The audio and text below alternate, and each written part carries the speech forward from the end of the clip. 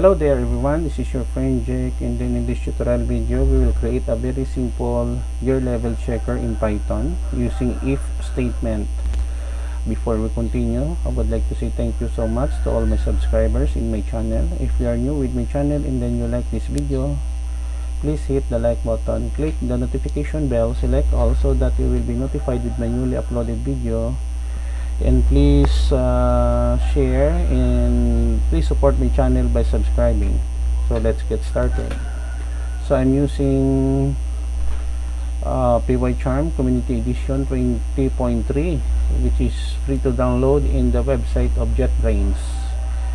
So we have here some comment here, and then we have the title, year level checker in Python. Normally we have here a variable year underscore level that we declare, and then as you can see we have here int. As I said, the input in Python has a default data type of string, so we have to convert whatever value that we give from string to integer. So we are using a built-in function in Python that is int for integer.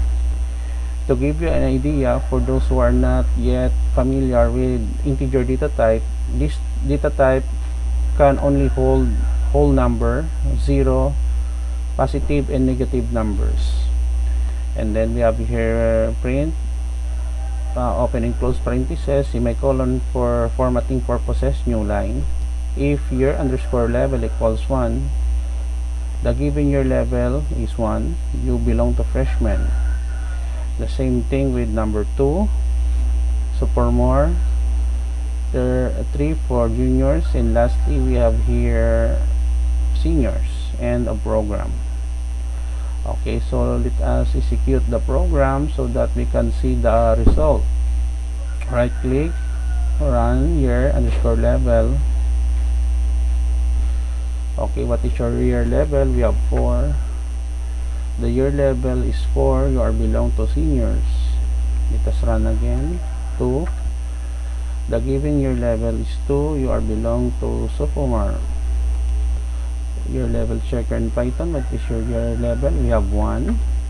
The year level is 1, you are belong to freshman and a program. And then lastly we have 3. The given year is 3, you are belong to juniors and the program. So I will put a link in the description below so that you can download the complete and free program listing. This is the end of our tutorial videos. I hope that you have learned and understand the basic declaration of if statement in Python in our year level checker program. Thank you so much for watching. If you like this video, please hit the like button. Don't forget to share, and please support my channel guys by subscribing. This is your friend Jake saying see you in the next video tutorial guys. Bye bye for now.